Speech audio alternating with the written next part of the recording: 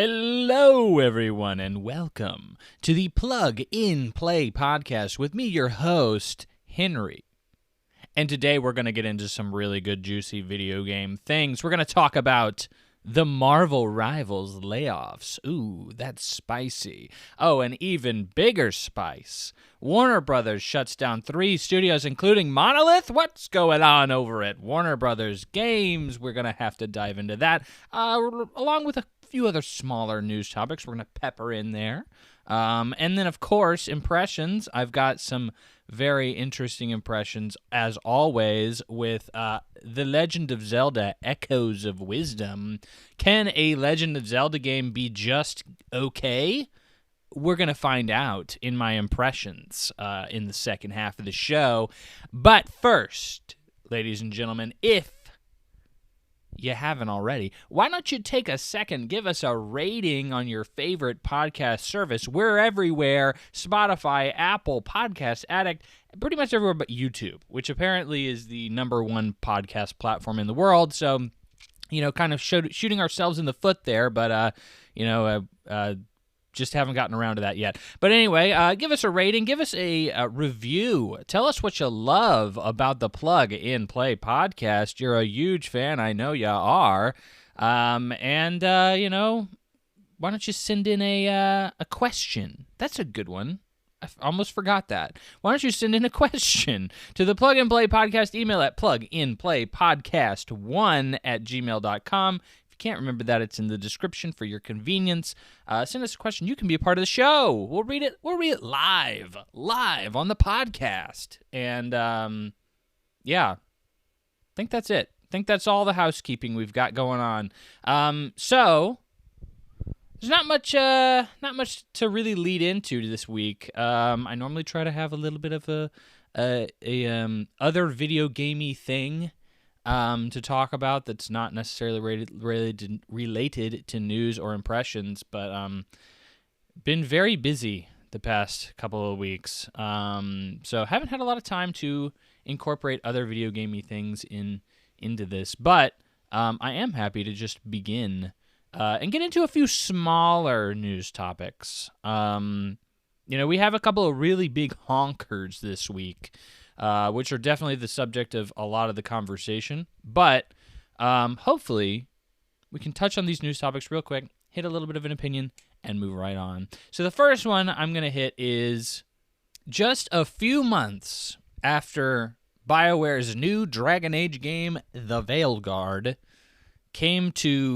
was released. It's now coming to PlayStation Plus, the base level subscription. So pretty much everybody is going to have access to Dragon Age: The Veilguard, along with Sonic Colors Ultimate and Teenage Mutant Ninja Turtles: The Cowabunga Collection, which is honestly a really great month. I think Sonic Colors is really good, and I've heard really good things about the Cowabunga Collection. I think, honestly, Veilguard is probably one of the lower games on the list in terms of how much fun you'll probably have. And again, that is mixed. A lot of people love the game, but a lot of people don't. Obviously the huge thing here is games don't come to PlayStation Plus this close after release. This is EA waving the white flag and saying, we give up. Like, we have a clear failure on our hands. No one bought this game, and the only way to get it out to people is to force feed it to them in the form of a PlayStation Plus subscription. So if you didn't know, every game that comes to PlayStation Plus, or something like a Microsoft Game Pass or something like that, that's obviously third party, is given basically, like, the people who gave access to PlayStation to put it there are basically given a lump sum. Depending on how, Sony values it, how they see it as, like, if it's a big get or if it's not, whatever the case is, they'll get a couple $1,000,000 or, maybe a few 100,000, depending on if it's a small indie game or a big budget, AAA title or something like that. So this is really just EA trying to milk anything out of this game. They probably got a decent amount out of Sony to put this game here, and it was probably more than they were expecting making over the course of this game's life cycle, which is already dead. And this game came out in October, so it has not even been out for 6 months. And that is, I mean, like, most games make their sales within like the first 24 hours. But like, you do expect there to be a tail, and like, clearly EA doesn't see that happening. We've already reported on this podcast, and obviously a lot of other people have, that like, nobody bought this game. It was way under expectations. It was 1.5 million quote unquote engagements, which means it was probably bought by way less people, according to EA. So, I mean, like, I think this just cements that you will probably, I think genuinely, you will never see another Dragon Age game again. I think it's over. I think there is one, obviously we all know that BioWare is now a shell of its former self, and it's working on Mass Effect, and if Mass Effect doesn't pan out, that studio is 100% getting shut down. We already know there were massive layoffs at BioWare after this game released when it didn't do very well. And, like, I think when BioWare gets shut down, you're definitely not going to see EA push off this IP to another studio, because this is a BioWare IP. And I think that, like, they've shown that BioWare as an IP isn't something that people are going to kill themselves to get, because like, this game failed significantly. So like, I think this is clearly the end of Dragon Age. I think you'll never see a Dragon Age game again. I think it's, unless somehow you see a lot of resurgence for this game or for this series, or love for the studio or something like that. And maybe in a decade or something, EA will push off to another studio to make another BioWare game. But like, I think it's highly unfortunate. As somebody who is a huge series fan of Dragon Age, has a very soft spot in their heart for it. And for somebody who, I went on a huge diatribe on, I think it was 2 episodes ago, on Dragon Age the Veilguard. I just beat it. And I highly recommend you go listen to that episode if you're interested in my thoughts on the game. I was highly disappointed by it. I truly, truly was highly disappointed by it. I know some people who really love the game. I know some people who really hate the game. I was really disappointed by it in a lot of ways. And I can't say I'm not too surprised to see that this game failed this bad. It's just, this is just a clear admission to it. I think obviously, like, the word of mouth for this game was also incredibly horrible. I mean, you never heard anybody talk well about it. You only heard people talk about the things that they didn't like or the controversies surrounding it. And I mean, I had to address those on my episode talking about it too. So I mean, it's just overall a really ungood thing that I don't like to see. So it's a small thing, but I think it is a very telling thing. And I wish BioWare the best of luck with Mass Effect. I genuinely don't think it will. I don't think it will be good. I don't think so. But I think it's worth hoping for. I love Mass Effect, so I love Mass Effect too. So like, it's a hope and a dream and a prayer, but I don't know if it will be a reality, unfortunately. Next up, another smaller news item. We have 40% of all PS5 and Xbox playtime last month was spent on 10 live service games. So I think I've talked about this previously. This is from Matt Piscatella, who is kind of an analyst. He does a lot of number crunching on the industry, and he has a very popular Twitter account where he kind of displays some of those particular stats, and this is one of them. And he's in previous years also said, like, yeah, like, these live service games are eating the lunch of the engagement of the entire industry. And so, like, we have examples here of obviously Fortnite, Roblox, Rocket League, like, these are Minecraft and GTA 5. I mean, like, these are the obvious ones that come to your mind when you think of of this. I would think League of Legends as well, but like it's also not on console, so. But I know that that's another one that is kind of in the same league as these guys. But these are the big heavy hitters that, like I think everybody's going to think of. These are older games that have been around for a really long time, and people really, really like them. And by really, really like them, I mean that they play them apparently 40% of their time. And I think this is just telling. It's telling that this is.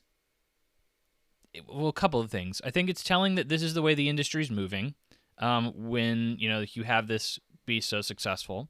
I think it's also telling that seeing people try to compete with this is really difficult. So we always talk about how, they're making another freaking live service game, or, this live service game failed, or we really just continue to hear this live service game failed, this live service game failed, this live service game failed. Admittedly, we don't talk about the many ones that are the few that succeed, like Marvel Rivals in that same sentiment. Like Marvel Rivals is definitely one that I can point out and is like, well, that one's clearly been successful. But like, something like an Overwatch, or not an Overwatch, excuse me, a Concord. I don't know why that took me so long. Concord is obviously one that failed, or a Multiverses is clearly one that failed. And these are massive failures. These are typically things that really fall on their face. But it shows that it's really difficult to break into that market because, these are lifestyle games for a reason. They're literally almost like a job. I mean, I guarantee you, because literally the stats show, like I think this is actually from Matt Piscatella as well, 70% of console owners have played one of these big games in the past year. So, and I'm guilty of that too. Not necessarily say it's a bad thing, but it is. A lot of people are doing this. You are acquainted with it, but this is, if you've ever played one, you will know it is a lifestyle game for a reason. Like, it is constantly encouraging you to come back every single day and do things every single day, and try to optimize the rewards that you can get for playing on a regular basis. And, those are intentionally supposed to be just barely out of reach. So you'll try to reach for and pay for your credit card and pay for some premium currency so you can finally unlock that Spike Spiegel skin in Fortnite or whatever the heck. They're lifestyle games. So when your time is eaten up so much by these games that, really you don't ever have to play another game other than these, honestly. It doesn't even become a matter of, it used to be in the gaming industry when I was a kid, it was like I couldn't afford to play every game that came out. I had to pick and choose what games I was playing because I couldn't afford it. I didn't have another 50, 60, 70 bucks to put down on a totally new game. Like I had to choose because my wallet was too thin. But in this instance, the barrier to entry to these games is free. You don't have to pay a single dollar to get in on Fortnite or League of Legends or Roblox. Like, you just start playing it. You just download it. And then you have access to basically an infinite amount of content for the foreseeable future. Or probably forever. If that's what you're competing with now, it doesn't even matter if you have the money. You don't have the time. How many of these games can you constantly juggle and get the most out of? You can maybe do one or two, maybe three if you are a really dedicated guy who that's all you really want to do is commit to these games.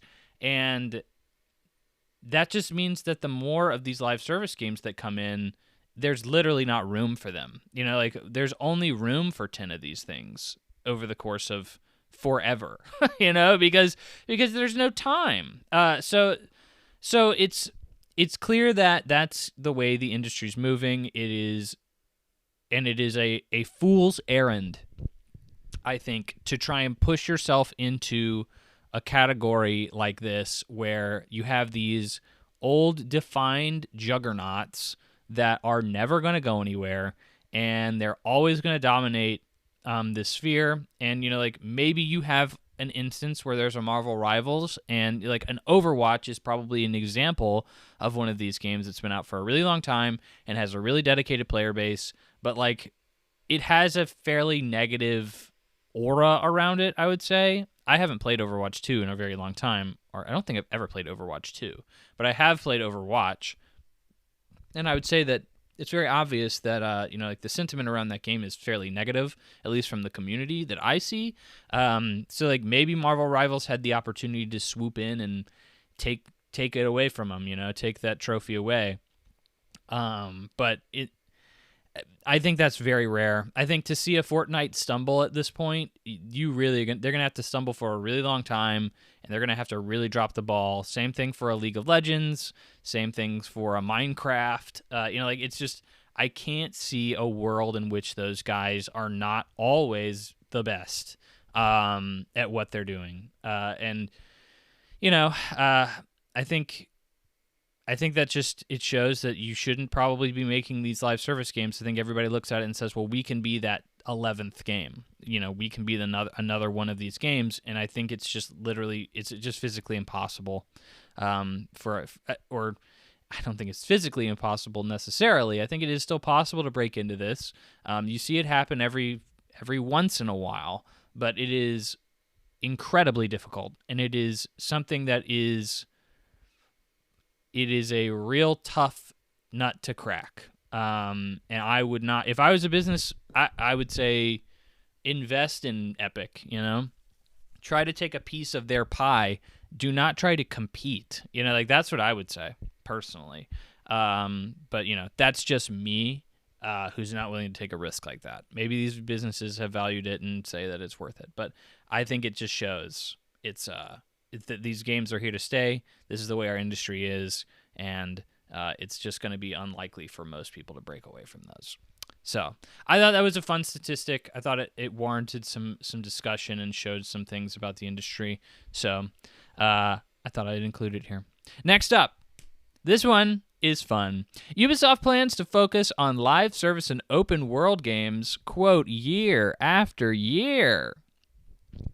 Well, the reason I want to talk about this is because I think this is funny.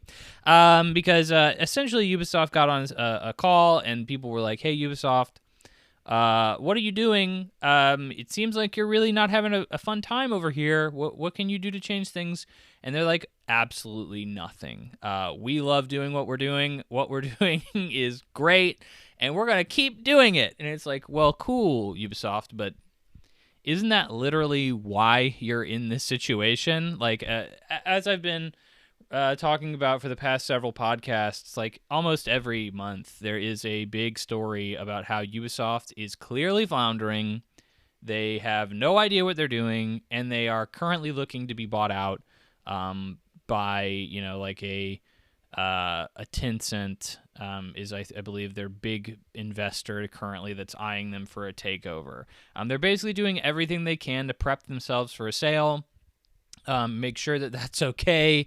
Moving forward, they can get the best deal, and like every game they have been putting out recently has been falling and failing, and they're pretty much at this point just looking at, well, I hope to God that Assassin's Creed Shadow is like the best-selling game of the generation, because like if it's not, then like this company is going to absolutely fail. Like we will have to sell.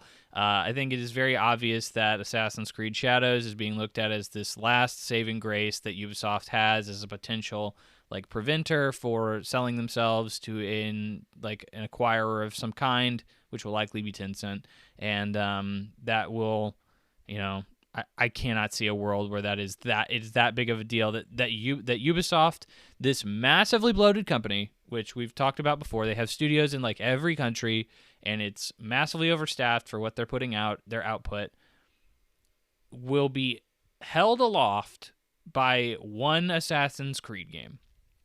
That it honestly does not feel like the hype around this game is, like blowing past the ozone layer. It's not rocketing into outer space. It is. It feels like people are looking at Shadows and they're like, hey, I played this before. It was called Ghost of Tsushima, and like that. There's another one of those coming out this year. Like I don't like. I think you don't see the cards falling for this well. I think, and like Ubisoft coming out and doubling down and saying, "Oh yeah, man, well, these are the games we're going to continue to try and bet our entire livelihood on." That just seems silly. Does that not just seem silly that they have done that for the past however long I can possibly remember for Ubisoft, and it's not been working? Whatever it is, it has not been working. Their live service games have failed. Their open world games have failed. Obviously, looking at like Star Wars Outlaws and that first person shooter that they shut down. I can't even remember the name of it, but shut down last year, in less than 6 months ago. They completely shut it down because it was not performing well, and that was a farce in and of itself. They were like, "Oh yeah, it's doing great," and then everybody's like, "I don't think it's doing great," and they're like, "Yeah, we're shutting it down." There's so many red flags with this company, and it's really, I'm not going to say it's sad because I haven't honestly liked Ubisoft in a long time. I have some very strong memories of Ubisoft, very pleasant memories of Ubisoft. Obviously, I love the Rayman Legends games. I really enjoyed Far Cry 3 back when it initially released. That game was awesome. Obviously, Assassin's Creed. I've played most of the Assassin's Creed games. It was only when they got way too bloated recently I was like, I can't play these things. But like, I have a lot of strong memories of Ubisoft, and think a lot of the games they've made over the years have been really good. I think recently it has been clearly like a lot of bloat and a lot of the same. And there's just, if you've played a Ubisoft game before, you really don't need to play another one unless you just feel like you really need that hit of Ubisoft magic. And obviously a lot of people have also done what Ubisoft is doing. The Ubisoftification of games has surpassed more than just Ubisoft. A lot of people use what they do. So it's not looking good. I'm genuinely, I said earlier this year, and I think I'm sticking with it. I think Ubisoft sells this year. I think by the end of 2025, we will no longer have a independent Ubisoft. They will be under somebody else's banner, which is just crazy. Because that leaves Activision and EA as like the last two lone big publishers in the video game industry. And EA is pretty much only reliant on this point at, like, they are only reliant on, sports games. If they didn't have their sports games catalog, that company would be freaking fried. And then obviously Activision's going to do fine. They have GTA coming out, and they continue to put out games that I think are going to succeed, like Borderlands 4. I think that game's going to sell very, very well. But like, it just seems like there is no room anymore for these big publishers, these people that aren't the main guys, like a Sony, Microsoft, or Nintendo. Like, they can't survive on their own anymore.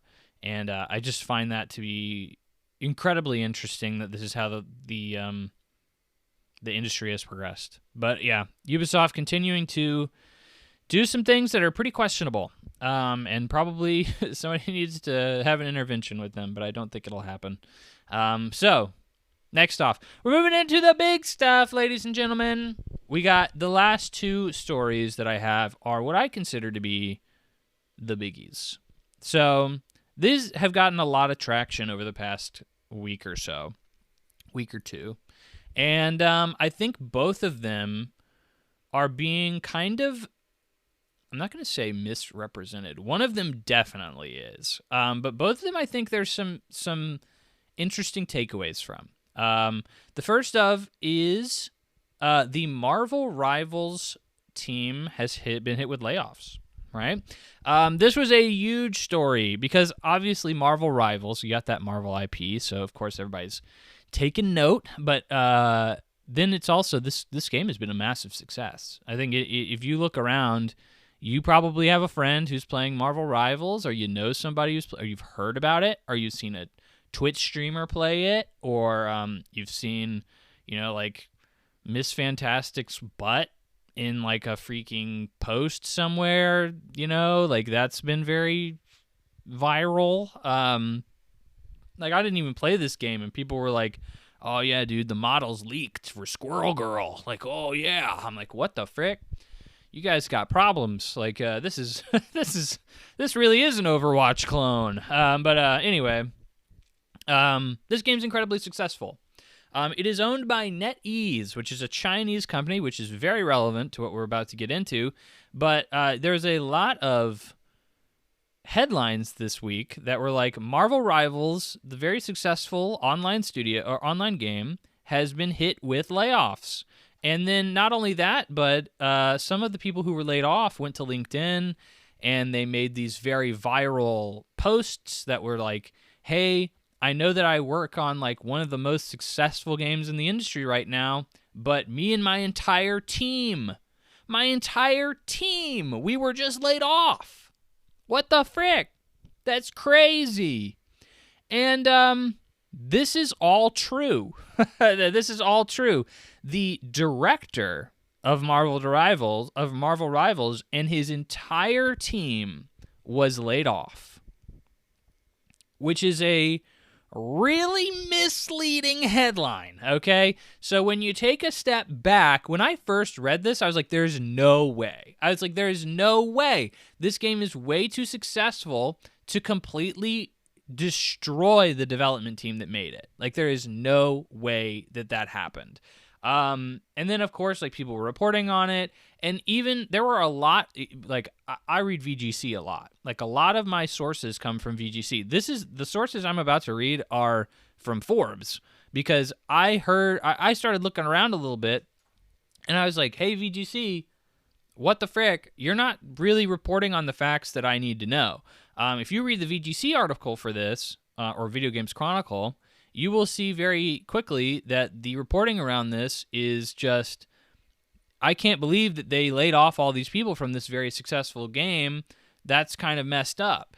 And like, here are the LinkedIn posts from the people who said that they were laid off and how bad it is that they were laid off. And isn't this just a sign that the video game industry is just so messed up because, like, we're laying off people from these very successful games? Like, what is the success? What is considered a success in the video game industry if this is not? Like, you shouldn't be laying people off. And then, of course, I went and I looked at Forbes. And Forbes was like, "Okay, well, let's take a step back. Only 6 people were laid off." So normally what we're used to seeing, and this has been a very big thing in the industry, is, as of late, the past year or two, has been hundreds of people being hit in layoffs.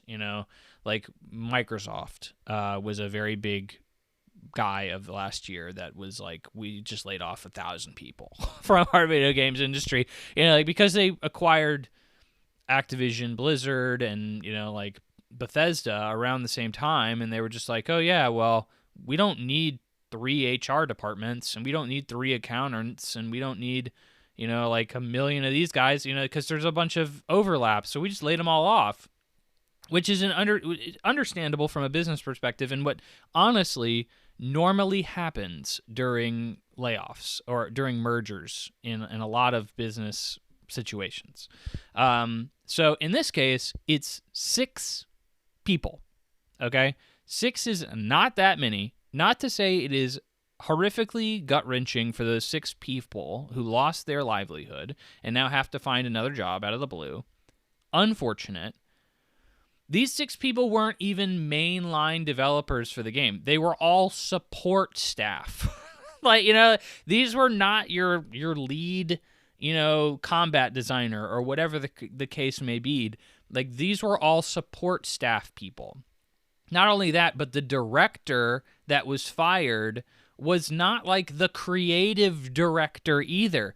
There are multiple directors that you can have on a game. And I know that when we say director, you're thinking Steven Spielberg, Hideo Kojima. Like, these are the one guy who's like in charge of the entire thing, and everything that you see is his deal, and like we kind of give the credit to them, right? That's not the way that these director positions work. So there is a director like that in video games, and it's normally referred to as the creative director. This guy was not the creative director. He was the director of budgets and staff. So he was not responsible for the development of this game at all. Like, to be frank. But you know, he was probably more on the business end of things. And that is probably not something you need when the main staff for this game is in China. Okay? So like I said, NetEase is a Chinese-owned company. Or based in China, owned by China, however you want to say it. This team was in Seattle. So Seattle is also known as one of the highest wages cities in America.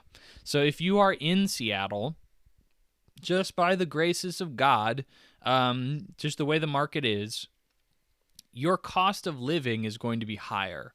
And because your cost of living is higher, well, there's more than just the grace of God that makes it higher. But I'm not going to get into economic facets of why Seattle is like very expensive to live in. But normally bigger cities are, just in general, and Seattle is a very big city. But because your eggs are going to be more expensive, your gas is going to be more expensive, your rent is going to be more expensive, you are going to be paid more, okay? So Seattle, because it's one of the highest cost of living cities in America, it's going to have one of the highest wages in America, just by the fact that you are literally existing there. So when I am a business and I am evaluating things and I say, well, we have a support studio that's in Seattle, that's a lot of money we're putting into just 6 people and a director over there. I think we should just fire them. I think we should just fire them, and likely we can hire significantly cheaper support staff in China or in another city. But like, I think it's, so moving on to another facet of this, like NetEase then went and laid off a bunch of other people in other cities, specifically in America and Canada. And they were like, yeah, well, they even put out a statement, and they were like, well, the reason we did this was because we're trying to consolidate all of our workforce in China. Like, we don't want any more people in America and, like other countries like Canada. Like, we want them in China. So, like, essentially, from a business perspective, and like that's also a very common thing. A lot of businesses prefer to have a consolidated workforce, and I'm sure that labor in China is much cheaper than it is in America or Canada. So, like, from a business perspective, they laid off what essentially amounts to non-essential workers, non-high-end talent, and talent that was in an area of the world that they did not want to continue to be in. So, like, yeah, like get rid of them. Like, I kind of get it. From a business perspective, again, from a business perspective, I get it. From a humanitarian perspective, still sucks. 7 people lost their job. 7 people lost their job. I understand. That sucks. But I think the reporting and the dialogue around this has been obviously incredibly misleading, incredibly wrong. I'm not even going to say wrong. Wrong is incorrect. What they were saying was right, but it is definitely misleading. This is freaking fake news. This is people trying to make it seem like the entire staff for Marvel Rivals was completely laid off, and that it was unfounded, and that, like, there's no way a game can be successful enough for a business to think is good, and not your livelihood is always on the line working for these massive video game publishers, for shame. And that's clearly not the case. I think there's obvious business reasons for why this happened, and I think that it's being overblown what people are assuming happened, and the way it's being reported to show that. I think really when you break this down, this is not a very surprising thing. The fact that these LinkedIn posts went viral definitely didn't help the issue. They even had to go into Discord and start trying to moderate their community and be like, we promise we didn't lay off the entire staff. They're still okay. They're still making the game. So the game isn't going to completely screech to a halt. It still exists. We still have a big team on it, and they are working hard because it's a very successful game. So I think this is a real big issue, a real little issue that was made into a big issue. And there are a lot of factors that went into that, I think. But yeah, I think totally understandable. Not that big a deal. And it's unfortunate that so many people, even outlets that I typically follow very closely and typically respect a lot in in terms of their journalism and reporting, kind of reported this in a way that I didn't really love. So, yeah, I think that's enough on that. I think I've definitely beaten that into the ground. So, Marvel Rivals is A-okay. Don't worry. You can still look at Miss Fantastic and Squirrel Girl's butt.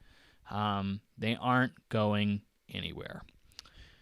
Next up, and finally, in our news segment, this is the big one. And I think it's big for a reason. I think it is very interesting to me, and I'm really excited to delve into this.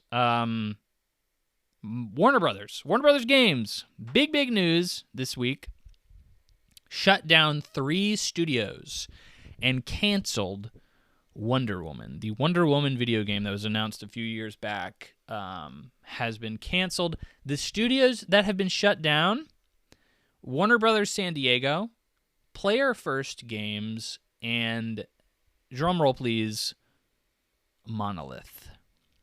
Monolith, of course, the big boy of these layoffs, the big boys of these studios, who is responsible for these Shadows of Mordor, Shadows of War games, and we're currently working on the Wonder Woman game. So obviously that's why it got shut down.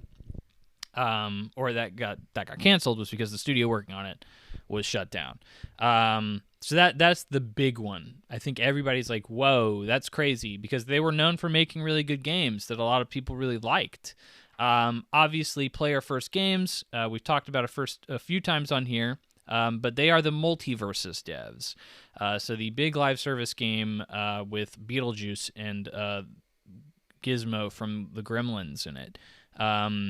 They were shut down. We've obviously talked about how horrendous Multiverses has performed for Warner Brothers, and how they blamed almost all of their losses on Multiverses. I think it's hard to justify this being hard to say that they made a call that people don't see why. It's people are like, okay, yeah, I get it. And obviously, Warner Brothers San Diego, the last one, if it doesn't sound familiar to you, that's because it shouldn't. It is a mobile game dev, and when I did my research on it, they have done nothing of note, nothing that you would recognize. I honestly couldn't even find a game that they had made. So, this is just a shutdown for the sake of well, yeah, we just kind of wanted to get rid of it. And, you haven't really produced anything that was a massive success. So, yeah, bye-bye. This is obviously, the least surprising, of all of these shutdowns, and the least, oh, dang, because nobody has any association with them in terms of games that they've made. So it's not that big of a surprise. It's not that big of a letdown. But anyway, this came as a shock to a lot of people, including the people who worked at these studios, who apparently found out about it just a few days or just a few hours before the press release went live. This was Jason Schreier reporting on this. He also went on the Kinda Funny cast. If you don't know of Kinda Funny, it's Greg Miller's show. He's an old IGN host from back in the day. He went off, kind of started doing his own thing, made Kinda Funny, and he gets a lot of big names on his show every once in a while. Jason Schreier, one of the regular attendees. And Jason Schreier came on, and he had an hour-long talk with the guys about how this all went down and kind of the inside juicy bits. And I listened to it, took some notes, and I think I personally, I'm just completely separate topic here. Jason Schreier, I love his books. I really just love an inside look at any of how the cogs work within the video game industry. And obviously his books are great representations of that. Specifically, I'm reading currently his latest book on Activision Blizzard. Still very early on. I kind of want to get further in the book to give a final opinion on it. I definitely think he is very politically minded. He's off of Twitter now. He moved to Blue Sky. So I used to follow him on Twitter before he left, and he would very frequently talk about video game unions and stuff like that. And I don't know how much I fully agree with his political opinions, and specifically I say that because there are some details in his books that get very political, or I'm not going to say get very political, but definitely try to push a specific agenda. I work in development personally, more so on the business end than the actual development side, but I've certainly developed things in the past, coded them and such, so I know how the business works on a lot of these things, and he represents some things and tries to push them in a specific way that I just know that's not how the industry actually works in a couple of segments in his books. It's very minor, but I just felt the need to throw that out there. But I do love his books overall. It's just a few throwaway statements where he's like, well, yeah, people should unionize. And it's okay, well, I mean, if given the right circumstances, yes, they should. But in this circumstance that you're referring to in the book, I think that's just normally how businesses work, and it's completely understandable. But anyway, I'm currently reading his Activision Blizzard book. It's very good so far. I'm still very early on. But anyway, Jason Schreier, I respect his reporting, certainly, no doubt. He's easily the forefront video game journalist in the industry, and he had a lot to say. He had a lot to say about these closures. So we'll start from the bottom and move to the top, because I think that's kind of how this works. For San Diego and for Player First Games, we really didn't get that much information out of Schreier from this. Obviously, I think it speaks for itself for the most part. As I said earlier, the mobile dev didn't really do much, and Multiverses obviously was one of the biggest financial flops for Warner Brothers Games at the time. So, it's understandable that both of these studios were closed. Monolith is the real problem here. But we did get a few little juicy bits from him for Montreal, which if you don't know, they're the Arkham Origins developers. So they're kind of the Rocksteady B team. For some reason, he started going into details on this during the Kind of Funny Games cast, which I think it's an interesting story. Like I said, I love anything that kind of goes into this nitty-gritty, behind-the-scenes look of what's going on, because the video game industry is so shrouded in secrecy. It's hard to really get a lot of this information. But he starts going into them. Montreal. They were the guys who made Arkham Origins in 2013, and they went on to make Gotham Knights. That's correct. Gotham Knights in 2017. I played Gotham Knights. It was a free PlayStation Plus game. I typically finish these games. I did not like Knights. I bounced off of it pretty fast, pretty hard, and never went back to it, never really wanted to. This game apparently did very, very poorly, which I didn't know, because every time I would check the sales for this game, it was always in the charts, top 20 or so. I'd assumed the game was doing really, really well. Apparently not. Apparently the game, I know obviously critically was not received incredibly well, but it was also incredibly, apparently poor selling, or at least below expectations of what they wanted it to be. But this was a game that obviously went through a lot of turmoil. Started off as a live service game. They kind of changed their mind midway through, and the game really suffered for this. Jason Schreier kind of points out the obvious to anybody who has ever thought about video game development, but once you change something in a game, it means pretty much the entirety of the game has to be changed as well, and it just means that they had a lot of plans for this game that really never came to fruition, because the game was just changed so drastically midway through development. After Gotham Knights came out, they said, hey, Warner Brothers, let me make a Gotham Knights 1.5. So they were kind of expecting it to be more of like a Miles Morales. So if you don't know Spider-Man, there's like on PlayStation, there's Spider-Man 1, 2, and then a standalone Miles Morales game that's like half the size of one of those. So it's like it was like half the price and half the size. So they kind of wanted to do that, kind of build on the establishment of what they had for Gotham Knights, maybe tweak it a little bit, make it a little bit better. I don't know. But it's a smaller game. I honestly don't think they would have done much of that. That's at least how Miles Morales worked. But they wanted to do that, and Warner Bros. Was like, no freaking way. This game sucked, and we're not going to let you keep making another one. So, no, you're not going to do that. And so they were like, okay, cool. Why don't we make like a full Constantine game, which is... kind of blew me away that they even pitched that. Constantine, I actually have a friend who really likes Constantine, but like Constantine, only way I know Constantine is I believe there was a Keanu Reeves movie in like the early 2000s, I think, with Keanu Reeves. It was Constantine, the movie, and it's essentially like a demon fighting priest, I think. Honestly, I don't know much about Constantine, to be frank. But I don't think anybody knows that much about Constantine now or cares that much about Constantine now, but they pitched a Constantine game. And yeah, of course, Warner Brothers was like, no, but why don't you think about making a Flash game? Specifically because the movie was going to come out and they wanted, the Flash to be, obviously the Flash I think is a way more recognizable and like, popular IP than Constantine is.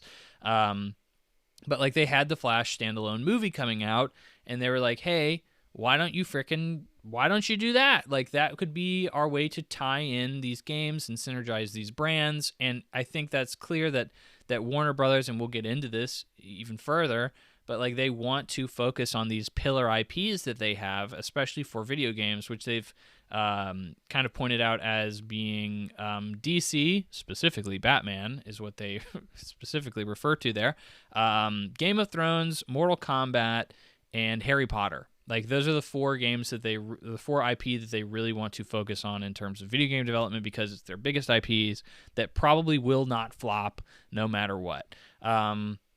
So, like that's, they were like, why don't you make a Flash game? Because we're trying to synergize these IP. We own it. Just freaking do that. And so they started working on that. And then the Flash movie was a horrendous failure. So they were like, okay, we don't know if the Flash is one of those IP we really want to push. Why don't you move on to something else? So they canceled that game. And they said, okay, well, now you should just be a support studio. So they started working on Wonder Woman and a couple of other games to help out with. And they're in after, obviously now Wonder Woman got canceled. So they don't have a whole lot going on. So now they're in the process of pitching a new game. And their new game is apparently centered around Game of Thrones. So one of the four IP that Warner Brothers is very heavy on right now. So that's Montreal. We got a lot of details about Montreal. Obviously, the big boy here is Monolith. I love the Shadow of War games, or Shadow of Mordor, Shadow of War games. Everybody kind of sees this as the Nemesis system game, which we'll get into shortly. But like it's a system in the game in which like if you fight a group of enemies, you can basically get a nemesis. If you die fighting an enemy, that enemy that killed you will be like promoted within the hierarchy of enemies, and like you can, like he'll gain powers and you'll have to fight him again, and he'll have an individual personality, and like it leads to some really cool moments. I mean, you can find some clips on YouTube of like some Nemesis system stuff that happens that's just absolutely funny, and but cool, and it leads to some really fun and memorable moments within the game. And it's one of those things that I think a lot of people were like, well, this would be cool if it was in every game. But like it really works in the Shadow of Mordor and Shadow of War games. Anyway, those games are really cool.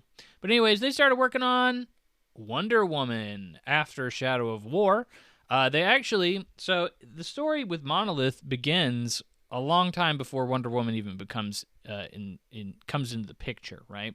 So in 2017, Shadow of War releases. Is a success. Monolith is really cool. Everybody loves the game. And even though I think it's not, it definitely has some problems, specifically loot boxes. Holy crap. It's so funny to think that game had loot boxes back in 2017. But they were like, hey, I want to make another game. Specifically, we want to make another Lord of the Rings game. And they codenamed it Legacy. Well, Warner Brothers was like, hey, F you. Or they actually worked on it. They greenlit it. They worked on it until 2021. And Warner Brothers was like, hey, Lord of the Rings, not one of those 4 pillars. We've been thinking about it. Warner Brothers does not really think that Lord of the Rings is one of the 4 pillars we should make video games around. So you should cancel that game. Or it's funny to say it in that phrasing. You're going to cancel that game. So when they did that, a lot of the staff at Monolith did not appreciate it. And so what they did, specifically a vast majority of the leadership team did, was they just quit. So a large number of the leadership at Monolith just packed their bags and said, look, if I can't make what I want to make, if I can't make this Lord of the Rings game that I've been working on for the past 4 years, it's 4 years of my work, 4 years of my career, completely down the freaking drain. And with 4 years in, I assume this game was fairly close to being done, unless it was really going through some problems internally, which that's not reported. We don't know. But unless this game was really not doing hot internally and Warner Brothers saw some massive problem with it that they thought was going to be an issue, this game was probably pretty close to being done. And in the video game industry, when a game takes at least 5 years to make, or at least a big game takes around 5 years to make, you only can ship so many games in your entire career, And so when you can't put that game on your resume now, that's definitely an issue. Not only that, but you put your blood, sweat, and tears into this thing that will never happen now. I mean, that's definitely a hit, a hit to morale, a hit to everything. And so I understand why this would be frustrating to the leadership, to the higher ups. And, they left, and they actually started, the leadership that left started Cliffhanger Games at EA. And they're currently working on a Black Panther game. So, they got to be working with some big nerd IP. And I'm interested to see what comes out of that. But anyway, the main problem here is now there's no leadership at Monolith. All the leadership is freaking gone. And now, not only is it gone, but they have no game. So they are now basically, this studio is at square one, in a lot of ways. They are at a position where they have no game in the chambers, and they have no one to lead the studio. So they have to find people to lead the studio and figure out how to lead the studio and start a new game from scratch, all in all at the same time, which is very difficult to do. 6 months later, they announce Wonder Woman. They decide to start working on Wonder Woman, and they announce it 6 months later. Now you're like, Henry, why would you announce a game that's probably going to take you 5 years to make 6 months after you start making it? That game probably hasn't gone anywhere. There's probably nothing to really show. It's just still in pre-production phases. What's going on here? And apparently, and this is something that happens all the time, apparently, it just depends on the situation, but because they had frickin' nobody at the studio anymore, they essentially showed it as a recruiting video. They wanted people to see it and say, I want to work on a Wonder Woman game. Let's go sign up for Monolith, because I think that sounds really cool. Didn't work. Didn't work, I don't think, because they still shut the studio down and still canceled the game. But so now they're trying. They have this game that's in the public eye. What are they going to do? Well, they start development, and they now have to decide. The big decision is: do we use our internal engine or Unreal? which seems to be the way a lot of big studios are moving the Unreal Engine. Well, they're like, we'll stick with the internal engine, okay? Well, they continue doing that for a while, and they're like, whoops. Most of the people who knew how to use this engine quit. So, now they're working on an engine on this game that nobody freaking knows how to use. So if you've ever coded before, pretty much whatever you're using the code on is essentially your engine for the most part. Engines provide you specific tools and shortcuts and so on that maybe make development easier in some instances and, more or less just provide shortcuts. It's essentially the easiest way to do that, to say that. It's not like you cannot code Wonder Woman in Unreal Engine and you can code it in their internal engine. Like, that's not how engines really work.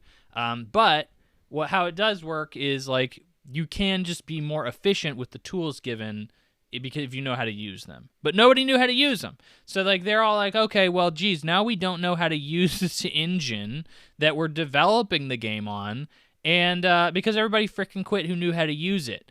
So they continue to work on it, and around 2023, early 2024, the game got completely rebooted. New director, and the Nemesis system, which was supposed to be the cool part of the game, was completely removed. Not only that, but they completely changed the entire gameplay framework, and it became basically like a God of War clone. Because they were like, I guess we just don't know how to... Like, that's what's popular now. Just frickin' make it a God of War game. That seems to be where a lot of people are moving towards. It's just copy God of War. The Nemesis system is something that, honestly, I hear some people say, like, oh, I've only heard good things about this game. I think this game I've heard mixed things about. I think it depends who you're talking to that's saying this game was either going to be really good or really iffy. The Nemesis system for Wonder Woman was supposed to be... So in Lord of the Rings, in Shadow of War, as I mentioned earlier, the Nemesis system is like, well, you kill somebody and they become your enemy. It's all about a hierarchy of enemies. In Wonder Woman, it was all going to be about, because of course it's Wonder Woman, it's all going to be about a Nemesis system, but instead of enemies, it was about your friends. So, like, you would do a certain thing and you would make a friend. And, as the game progressed, that friend would become a better friend. And then, you would have a super friend to help you and stuff like that. I don't think that sounds as interesting as the Nemesis system was. The Nemesis system sounded, and honestly, I really enjoyed a lot. But, like, it is what it is. But, yeah. So a lot of people were like, oh, the Nemesis system was actually really cool in this game. I think it sounds kind of lame, but, it is what it is. Eventually, the game was shut down. The studio was not... They learned about it the same time everybody else did. Jason Schreier got the reporting from somebody in the higher-ups, I'm sure, and he showed everybody before the studio was really told. Or they were told, but it was like pretty much they were told, and then immediately the entire world was let know this is happening. So, like, there was no heads up. The studio was just shut down. So, Warner Brothers will continue to hold on to the Nemesis system patent. So, for those that don't know, the Nemesis system is a system that was patented by Warner Brothers for the Shadow of War games, Shadow of Mordor, Shadow of War games, and basically prevents people from using the Nemesis system in their games. People were kind of freaking out about this. They were like, I can't believe it. They're holding on to this patent. What the heck? I think that is completely overblown. Jason Schreier says the same, but I thought this before I even heard Jason Schreier talk about it, was like, it doesn't matter. Specifically because I was educated on patents not very long ago within the video game industry, by a little story on a game called Pal World. Pal World, not so infamously, or very infamously, I suppose, more or less copied Pokemon. And more infamously was sued by Nintendo, the people who own a good percentage of Pokemon, for copying them, for violating patents specifically. And so, like, for instance, Nintendo owns a patent for throwing a sphere-like object at a creature in a game to capture it. That's like a patent that they own. And if you violate that patent, Nintendo can sue. And that's what they did. And it was basically an intimidation lawsuit because if you really dig into it, patents are incredibly easy to avoid, at least in video games. They're very, very easy to avoid. So, like, instead of throwing a sphere, they could just change their freaking things to look like cubes. And it's like, okay, well, now that doesn't violate the patent, so you're good. And then, like, a lot of people do that. And a lot of times, most video game companies step on people's patents. So, like, Nintendo is 100% violating other people's patents because there's probably a patent that's like, well, if you press the X button twice, you double jump, or something like that. There's probably a patent for a video game mechanic that does that, and frickin' everybody does that. Everybody in a video game that has a jump probably has a double jump, and so, like, that's just like everybody does that. Well, if everybody started suing everybody over the patents they own, it would be, like an infinite patent war that would just never cease because everybody's violated somebody's patent. So, like, this was one of those things that's like, well, who cares really if they own the patent for the Nemesis system, because it's probably a very specific patent, and that patent is something that Warner Brothers probably won't sue over, even if they had the opportunity to do so. And let's be real, like, I don't think my life has been worse because, like, every game I've played has not contained the Nemesis system. In all honesty, most games I've played in the past several years, I don't even see a reasonable way that the Nemesis system could be implemented within the game and make sense. I'm not playing, like, freaking Legend of Zelda, and I'm like, oh, dude, I wish I had a Nemesis system in here. Like, that's really what would make this game like a 10 out of 10 instead of a 9 out of 10. Like, I don't do that. Or a Mario or something like that. Like, I don't particularly care if I'm missing the Nemesis system there. So, like, a lot of this comes down to probably a lot of developers are like, yeah, we just don't see a need to have a Nemesis system in our game in the first place. So there's no need for us to actually put it in. We don't even have to come close to this patent. And so that they're just done. So I think that the talk around Warner Brothers ever owning this patent was, like, always kind of overblown, and is certainly still overblown now for people who won't shut up about it. But anyway, getting into it. Warner Brothers, what is going on over there? So Warner Brothers has always been, that was obviously the nitty gritty. I love the behind the scenes stuff, so I really wanted to get into that. But from a high level here, Warner Brothers shutting down 3 studios. I mean, let's be real here. Let's be frank. Did Warner Brothers mess up? Let's be real. Warner Brothers is in a lot of problems right now. They clearly have no idea what they're doing. I've never liked Warner Brothers. Warner Brothers is always one of those publishers that, like, people always forget how scummy they are for some reason.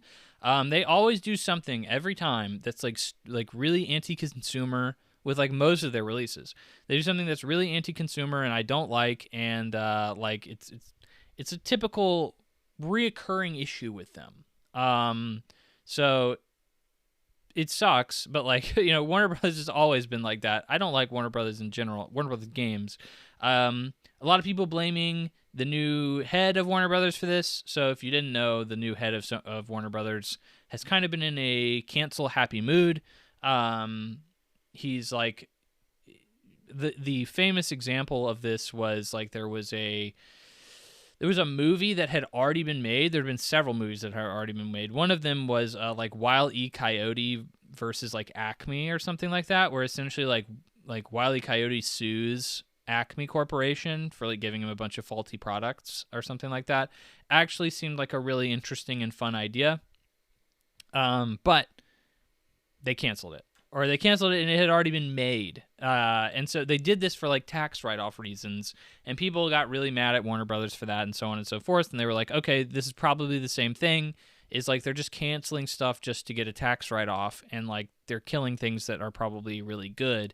It's like, apparently these decisions were made or like were in production or in flux before the new president even came in. So like this is not him doing that. So just throw that out there. Number 2 is Warner Brothers has had a lot of freaking flops in the last several months, years, whatever you want to put it. And they've clearly decided this video game thing is a lot harder than we freaking thought. And we want to focus on these 4 IP that we know are going to be surefire successes, and we're just going to focus on those. So Warner Brothers is already looking to downsize. They're already looking to say, look, let's not really focus super hardcore on this video game stuff. It's honestly not that easy. Looking at these studios, San Diego, mobile dev that's never made anything. Yep, that's an easy cut. Player First Games, they made Multiverses, which is the biggest financial drain that company had. The entire company had over the past year. Yeah, that's an easy cut. And also was not a very popular game. Easy cut. Monolith. Here we are. This is where we start looking at it and we start saying, I don't know. Monolith, that's a big game studio that made games that people really like. That should not be one that gets cut. Well, let's take a step back and go through all the things that we just talked about. This is a studio that lost all of its leadership, that was too confused. They had no idea how to develop the games they were making because all of the engine they were making had not been panning out. They had not been able to use it effectively, so they were probably moving at a much slower pace than what was expected of them. This is a game that they were working on that won it was the Wonder Woman IP, which, by the way, didn't do so hot in terms of the movies. They clearly canceled a game with Montreal because the Flash movie didn't do very well. So here we are. These guys are making a Wonder Woman game, and I think the first Wonder Woman movie did okay. Like, people thought it was all right, but the second Wonder Woman movie nobody cared about. So this is another IP that Warner Brothers is now, and they've pretty much completely been like, we'll just throw the DC movies out the freaking window. We don't want any of those things anymore. We're going to completely reboot them. So, like, we now have this studio that's working on another IP that they don't really care about anymore, because they are specifically DC with primarily focusing on Batman. So really they're only making Batman games now. They don't want to make a Wonder Woman IP. They probably don't see it making a lot of money because, this is another, Wonder Woman possibly flop. In all honesty, I was not interested in the Wonder Woman game. People are like, oh, well, I think it sounded really cool. I think I've heard people say that. I don't think the Wonder Woman game sounded cool. Even when they started saying, oh, well, it had the Nemesis system in it and you were going to make a lot of friends using the Nemesis system, I was like, that's an interesting twist, but I still don't think it makes me want to play the game necessarily. So they had this game that probably wasn't going to do very well, that they were going to have to cancel. They had not produced anything since 2017. So we're coming on 8 years of them not making a game. And the game that they're making right now probably isn't going to do very well. They have no leadership that's really going to steer the ship. Their development team isn't producing the way that that you want. I'm sorry, but I think as a Warner Brothers executive, I start looking at these guys and I say, yeah, maybe they're a possible cut. I kind of understand where the thought process is here. If I did not have this information, I think it would be a puzzling thing to understand. Most of the time, when you take a step back and you look at why a business is doing what they're doing and you have all of the pieces of information in front of you, you can understand where the thought process is coming from. You get it. almost every business decision that I've ever deep dived into and like been like, why did they do this? You can find justification that makes sense. It's not the thing that you may want, but it is the thing that makes sense business-wise. And I think all three of these studios make sense business-wise to shut down. I think Monolith is obviously the biggest, like, I don't know about that. It's clearly a semi-talented studio. It's possible that, like, Warner Brothers saw the Wonder Woman game and said, this is not the same team that made Shadow of War. This is not the same team. It's not shaping up to be anything amazing, and the Wonder Woman IP is not anything great. This is a Ship of Theseus situation where like the people inside the studio are no longer the same. Just can it. Just can the place. And like that can happen at a lot of studios. I mean, we've seen it at BioWare. You know, you see a lot of the senior leadership leave, and they can't make the same games anymore. And it's very possible that over the course of 8 years, and massive leadership turnover, that happened. And you know, it's unfortunate. It is the way it is. And I think that, you know, Warner Brothers is going to continue to try and feel out exactly what the frick they're doing with their video game industry. It's clear it's trying to downsize. It's trying to focus on things that are surefire hits. And, you know, I hope they are. I still don't trust Warner Brothers games as a publisher in general. I still think they do a lot of scummy things with their games. But I think that in this instance, a lot of things kind of add up. They kind of make sense. And it's unfortunate we won't get that Wonder Woman game. It's unfortunate we won't get another game from Monolith. It's unfortunate we won't see another game with the Nemesis system probably ever, if not in a very long time. But it is what it is. And I honestly, at the end of the day, I don't feel like this is that it affects me that much. Like I'm like, oh man, like, yeah, I like the Shadow of War game, and I like, you know, Shadow of Mordor, and I would have liked to see more games from Monolith, but I mean, knowing what I know about this, it is what it is. Business is business, and I don't think it was a horrific decision. So harsh, perhaps, but realistic, maybe. You decide. Love to know what you'd think. Send an email to plugandplaypodcast@plugandplay1.com at gmail.com. In the description if that wasn't audible. But anyway, that's all for the news. The news, a little light this week, but you know what? I kind of appreciate that. But staying true to myself, we are going to take a break. We're going to try to keep that going. I like that. We're going to take a break, and we're going to come back with my impressions on The Legend of Zelda Echoes of Wisdom. Stay tight. It's going to only be like half a second for you. For me, it's going to be a little bit longer, but I like to make it sound like we're in the same time frame. And stick with me. And welcome back. I just had a nice snack, a nice chance to rest my vocal cords a little bit. Typically gets a little bit long in the tooth after the news segment. News segment, thankfully, was a little bit shorter this week. But normally it's my throat starts getting a little strained. So been trying this new break thing, seeing if it works out. We'll see. But here's on to the impressions, ladies and gentlemen. Ladies and gentlemen, again, referring to you twice. We have an interesting one this week. It's Legend of Zelda, Echoes of Wisdom. There's a few reasons why this is an interesting one. First off, it is a game where the protagonist is Zelda. It is her first ever actual game where she is the protagonist. I think there are games where you can play as her. Don't quote me on that, but maybe. But you could, I mean, if you want to count like Smash Brothers, I guess. But this is the first one where like it is her game, Legend of Zelda, and that's obviously a big misnomer in the video game industry. A lot of people confuse the fact that Legend of Zelda is not actually, you're not playing as Zelda, you're playing as Link. So this is the first one where you can make that joke and it actually works. It is The Legend of Zelda, Echoes of Wisdom. This is from the same studio that did the recent remake of, what was it? Link's Awakening. So you can definitely recognize it by the fact that the art style is very similar.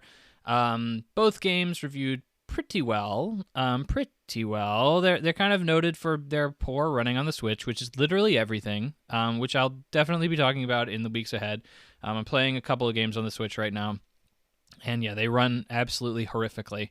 It's like almost comical how bad they're running, like headache-inducing levels of performance. But in this instance, I didn't have that many performance issues. I mean, there's definitely some frames you lose here and there, and the graphics aren't as all they're cracked up to be, but the art style is cartoony and fun and interesting. So this game reviewed at a hearty 85.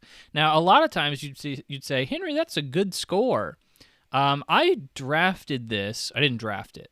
I picked this up in our Fantasy Critic League, and I was expecting this game to be an 88, 89, 90, 91, 92. Like, it is a Nintendo game. Not only a Nintendo game, a Legend of Zelda game. These games don't review poorly. This is a surefire win, and 85 was very lukewarm for what I expected the game to review. My opinion on the game is I actually like it a lot. A lot of people have mixed reviews on it. They kind of were expecting something from it that they didn't get, and we're going to get into that. And I think it's probably best that I'm kind of avoiding getting into the game. I think I should talk about the game first and then get into the kind of meta-narrative around it, or maybe kind of structure that commentary around the game itself. So, starting off, this game, you do not start off as Zelda, you start off as Link. Who knew? You're saving Zelda from Ganon as Link at the beginning of the game, but you quickly transition into being Zelda. Literally the tutorial of the game. You're Link, you have all your stats maxed out in classic Metroidvania fashion, and then you get Link gets sent to some dark dimension or something. I'm not entirely sure what's going on there, but he gets sent to, he gets taken away. He's no longer in the picture, and Zelda is freed, and Zelda must, on her own, save the kingdom. And it's a really fun situation. It's a really fun turn of events, because everywhere you go, everybody's because Link has basically already done the quest. By the time he's going to save you, it's he's already kind of met everybody in the villages and helped people around the kingdom and gotten all of his gear and gotten ready and gone after Ganon. The first thing you do in the game is fight the final boss fight of a normal Legend of Zelda game with Link. So everywhere you go, people are yo, where's Link? There's stuff that's bad still, and he's the guy who's been beating all these monsters, So I think that's kind of funny, that you're kind of the hero now, and everybody already expects Link to be. But anyway, you escape your captivity, you make it out into the world, and you get this Breath of the Wild moment where they kind of pan out over this 2D map. And this is I guess I should say, it's a 2D game. This is not like a Breath of the Wild 3D or Ocarina of Time 3D game. It is much more akin to Link to the Past, which is still using the same map from Link to the Past, which honestly surprises me they're able to get so much mileage out of it. This is not the first game to reuse the Link to the Past map. Actually, my favorite Legend of Zelda game, Link Between Worlds, reuses that map, and I think it's fantastic. But this game tries to have a Breath of the Wild moment where it's here's the big sprawling map, and you meet this little star-like creature who's hey, here's a magic wand, and now you can just summon things. And this is where the crux of the game comes in. So, as Zelda, you have no sword skills, you have no bow and arrow skills, you can't do any of that. You are a pretty little princess, and you are given a magic wand that essentially allows you to summon literally any object or enemy that you come across in the game, which I think sounds awesome on paper. I think I hear this and I say, this is Breath of the Wild in a 2D version. Like, I can't think of a better way of doing this. How amazing. And, like, when I first started using it or using the abilities, I was like, this is actually a really cool, like, this is like a necromancer build, but for Zelda. And, like most necromancer builds in games, you're playing and you summon other creatures to do your bidding for you, and kind of, you don't do the combat, but like other people do. Like, I think a very famous example of this is Diablo 2. There's a necromancer build there, and essentially, like, by the end of the game, you just have like a horde of, or an army of like skeletons following you everywhere and just absolutely decimating everything you come across. You never really get to that level of OP in Echoes of Wisdom, but like, I saw the fun that could be extracted from this because I personally like that build. When I played Diablo 2, that's like what I played as, was a necromancer. So I was like, this is actually really cool. Same thing with like an approach to traversal and puzzles is like, you very quickly are told, well, you can just summon like anything, really. Like the thing that they give you at the beginning of the game is like a bed. And they're like, well, you can just summon a bed and you can jump on it and you can, jump over gaps that would normally not be traversable by just summoning items to make a path over those gaps. And I'm like, this is amazing. Like, this is Breath of the Wild. And like, when I think back on some of the coolest moments I had with like Tears of the Kingdom and Breath of the Wild, it was when I used the like physics engine that they gave me to basically break the game. And I immediately started racking my head in with Echoes of Wisdom and being like, oh, this is exactly what's going to happen. Like, I'm about to go through and have a Breath of the Wild experience as like a necromancer, where like combat is going to be focused around me summoning enemies and having these like skirmishes with like all my OP characters, and how amazing this is going to be. On paper, all this sounds really great. I think that at both of these things, and these are the two major focal points of the game in terms of gameplay, and this is a very gameplay-focused game, so they need to succeed. They do both succeed at what they're trying to do, but they also fail in making the game like a satisfying experience in ways that they approach that as well, which is what I'm about to get into. So, combat starts out really cool. You see enemies, you fight them, you fight your first enemy, and you're just like, oh, frick, yeah, like, this is amazing. I can just summon this enemy and it'll just start fighting stuff. Not only that, but there's like a little bit more nuance to it too. So like, really early on in the game, you get access to like this roly-poly armadillo creature. And like, whenever you summon it, it will like roll at whatever enemy you're locked onto. So like, you can hit an enemy with it, and then like, you have a certain number of charges that you can use to summon enemies or summon anything, really. And so like, if you have 2 charges, you can summon like 2 of them, or you can summon like one thing that costs 2 charges, and so on and so forth. And as the game progresses, you obviously get more charges, and you're able to summon more things at once.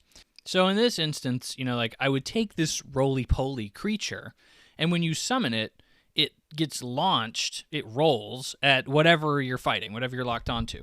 And so I would just hit the enemy, it would hit the enemy, and I would summon it again, and I would essentially use it as like firing a gun almost. And then, the new summon would then roll off and hit the enemy again, and it would essentially just be like firing a gun at an enemy.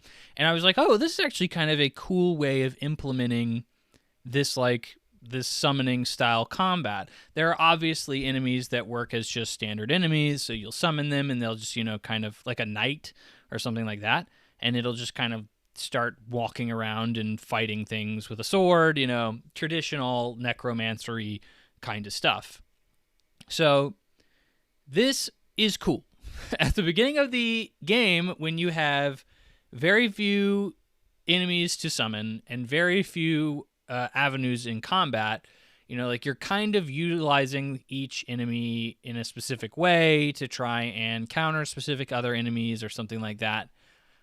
Well, this devolves pretty quickly into, eventually, you will kill some enemy that's really powerful or really cool or just well-rounded in some way, shape, or form. and that will be the enemy that you summon 100% of the time. And like it will just kill everything for you if you just leave it alive, or if it dies, you just resummon it again. It'll have full health, and like that will be your combat strategy. And so like, okay, well, what do you do when you're just waiting for enemies to kill other enemies? Well, you just run around in circles, and that is all the game really gives you in terms of avenues to handle combat other than that. Like technically there is one other avenue, and I'll briefly touch on it, but as you progress throughout the game, you collect Link's abilities. And by that I mean you literally gain abilities of Link, like bombs, bow and arrow, swords, stuff like that. But you can only use it for a limited time in combat, which I guess is their like answer to, hey, the player doesn't have anything to do other than just waiting for these two AIs to duke it out. Like that doesn't seem like a lot of fun for the player. They need a little bit more interactivity. And, like I never used this because I found that, like it was just kind of a matter of time necessarily before I would win combat encounters for the most part, really until like very late game. So I really didn't mind just waiting for that enemy to kill the other enemy. And then like, I don't personally, I'm a little baby, and I don't like using my limited time items like that are finite resources, when I don't have to. So the fact that this was like a limited resource that I could only use for like 5 seconds every combat encounter before I'd have to build up my meter again. I was like, oh, well, what if I need it at some emergency juncture down the road, and like I'm not going to use it right now. I'll save it until I get to the boss or something like that.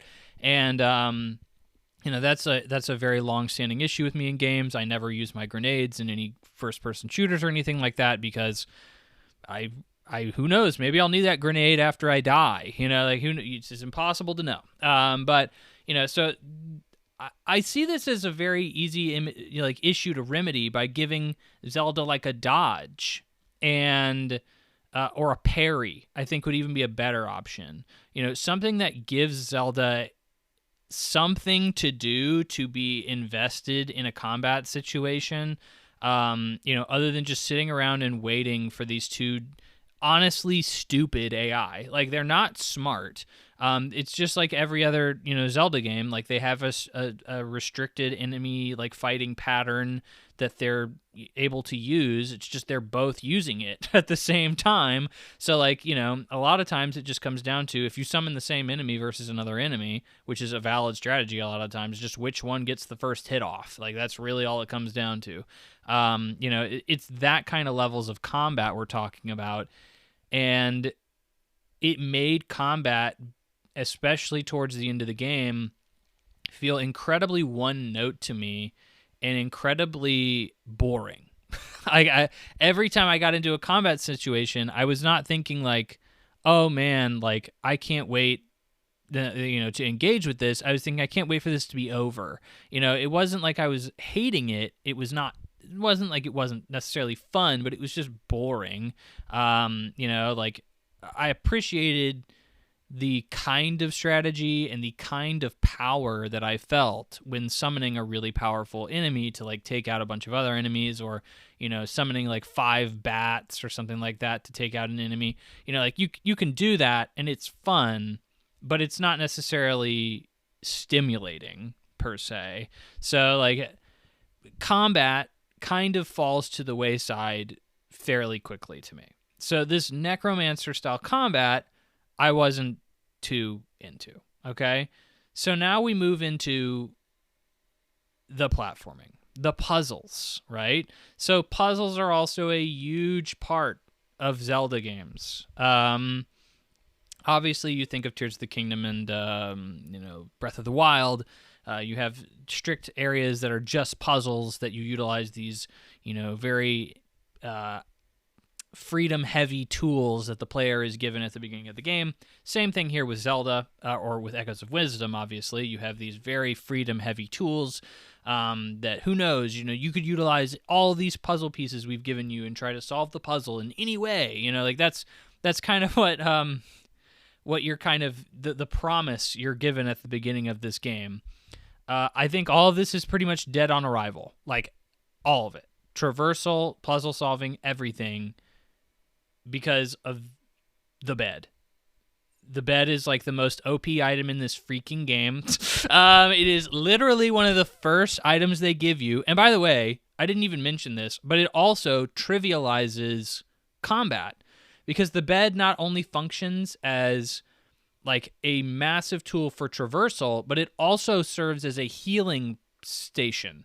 So at any time you can summon a bed and sleep in it, and you will automatically start rejuvenating hearts. So like, even if you take a bunch of hits during a combat encounter, it doesn't matter. And again, like, Zelda has no way of defending herself. So like, I understand why they implemented this in the game. They were like, well, I can see a player getting very frustrated, feeling like they aren't good at combat, and like they're taking all these hits. But I mean, there's nothing really we've given them to handle that. So just give them at the beginning of the game, just give them the ability to basically rejuvenate their hearts at any point, even during combat. I would do that very regularly. I would just, because a lot of times enemies aren't focusing on Zelda, they're focusing on other enemies that you've summoned. So you just freaking summon a bed and just sleep on it in the middle of combat. And the only time you really can't do that is like boss battles. Every other time it's like, it's really kind of okay to just heal in the middle of a combat encounter, literally take a nap in the middle of a combat encounter. But anyway, the bed is not only a healing thing, but it is a traversal item that you stack on top. So essentially, it's a 2D game, right? So let's think of the game as a grid. Each bed is 2 squares on the grid.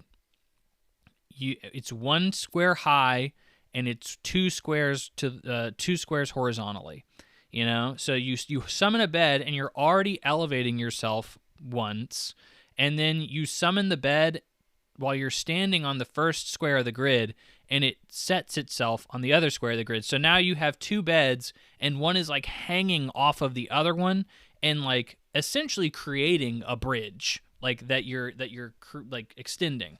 Well, this makes it really easy to basically jump over half of the gaps in the game. Like 99% of the things that you need to do or get to, if you can find a way to create a bed bridge to it, you're good. Like, you are golden. So like, it immediately, like, why would I need to utilize anything else that you give me in this game?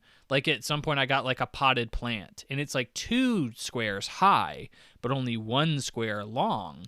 And I'm like, well, but it costs 2 summoning points to summon, while the bed only counts as 1. And it's like, well, I think I'm just going to summon 2 beds. You know, like, why wouldn't I just summon 2 beds, and I'll have the freedom to stack them in a way that's more beneficial to me? Like, there's no reason I would ever need to use that potted plant. It's completely worthless to me now. So, you know, it's silly. It's silly that they give that to you at the gate. But wait, then they give you about, I don't even remember, it's either a third of the way through the game or about halfway through the game. I think it's about a third of the way through the game, depending on when you tackle the dungeons. Obviously, this game is non-linear in structure, so you can go to certain dungeons at certain times.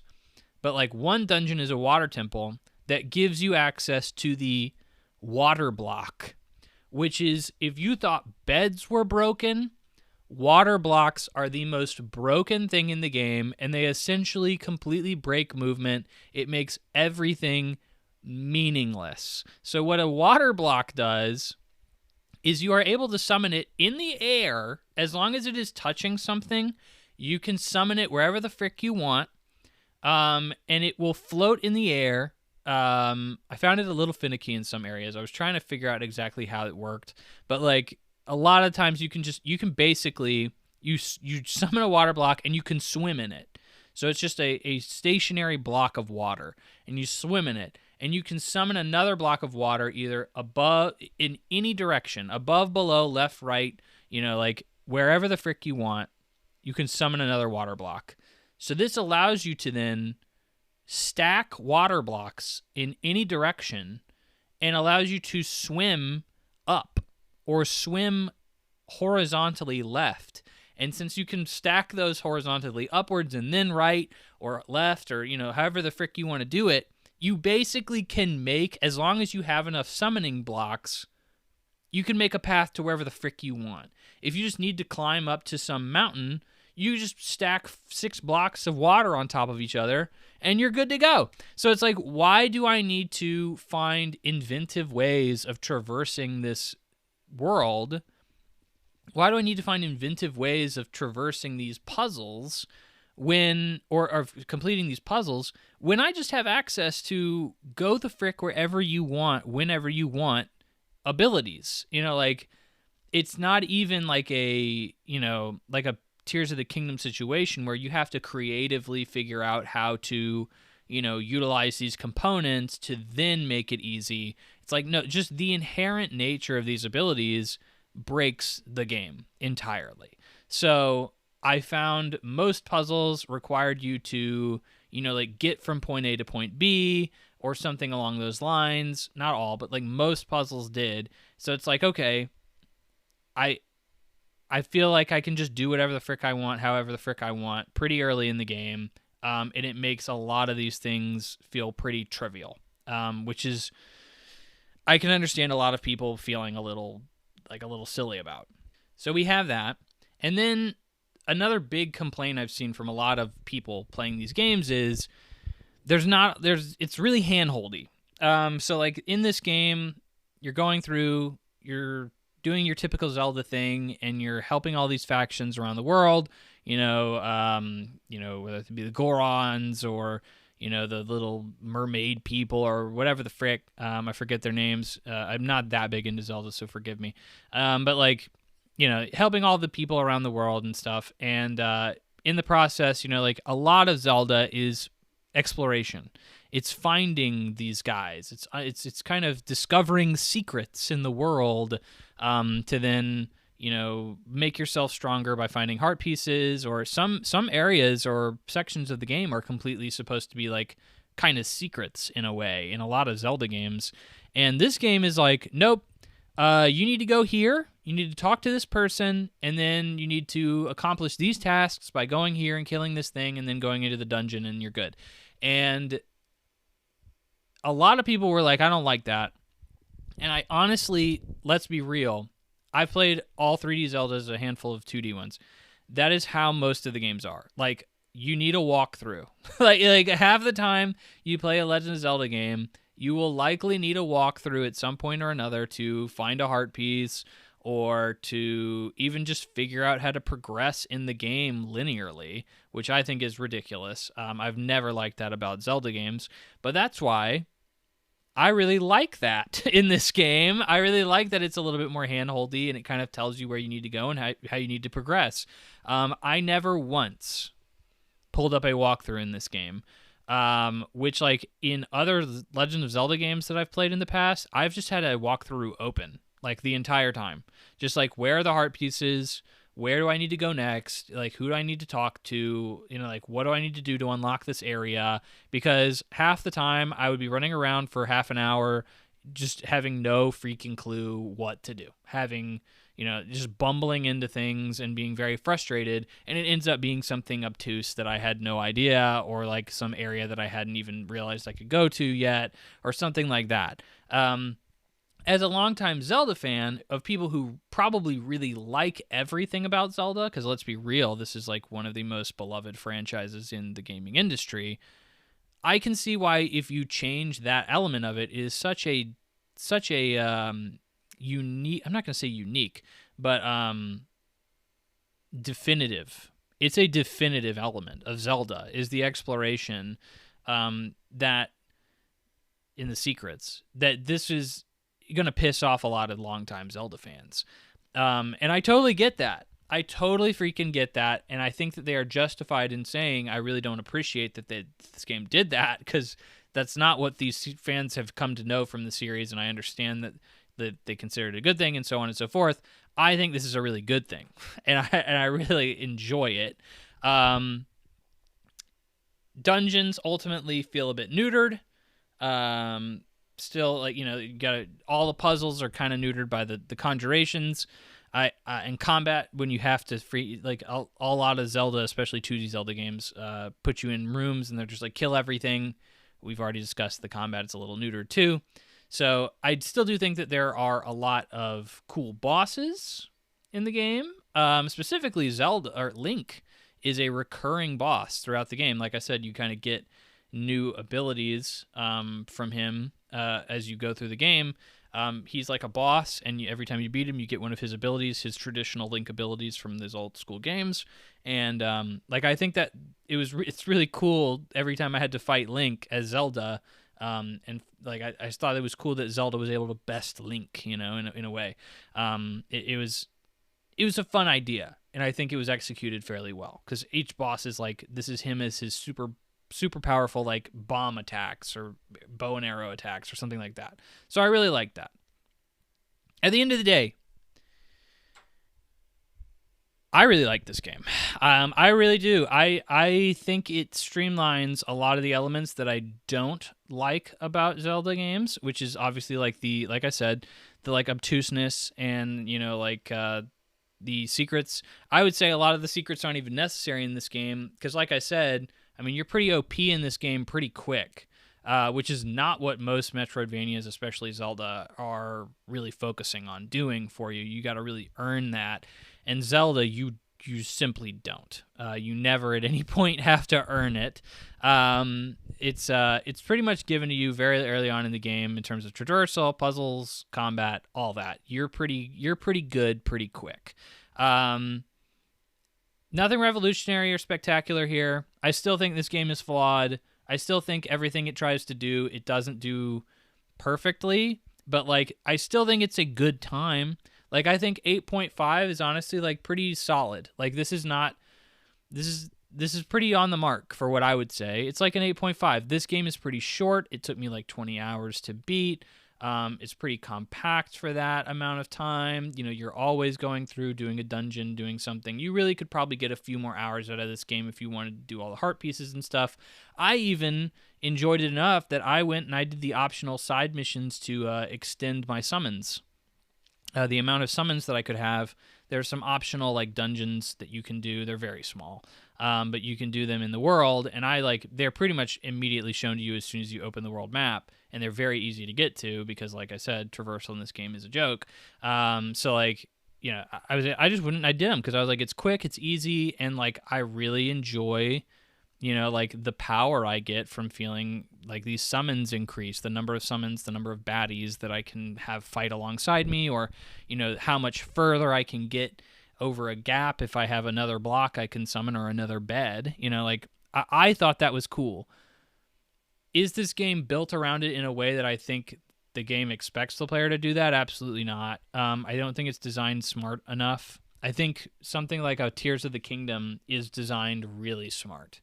It's really designed smart, especially in its shrines and stuff like that. It really is like I felt like I was breaking the game half the time. I was like, there's no way that the developers expected me to do what I'm doing right now.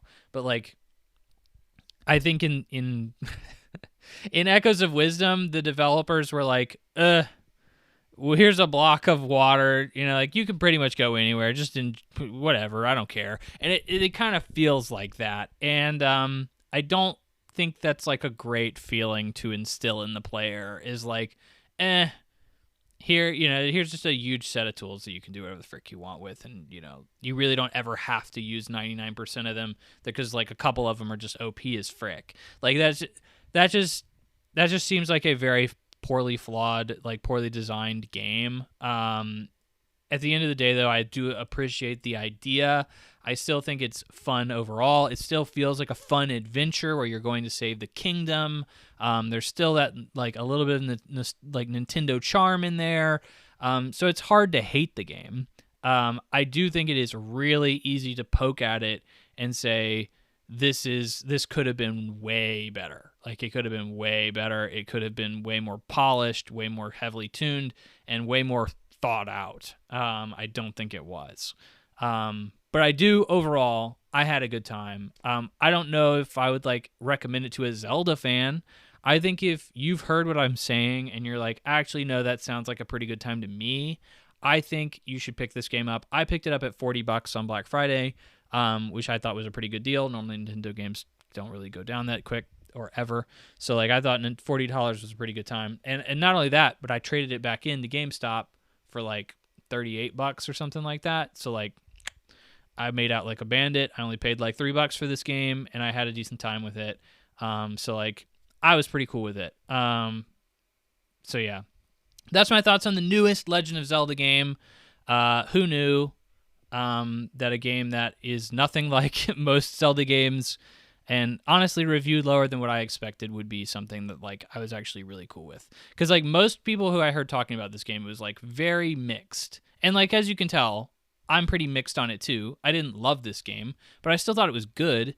It's just not great. And you just expect when you see The Legend of Zelda in the title, it's gonna be great.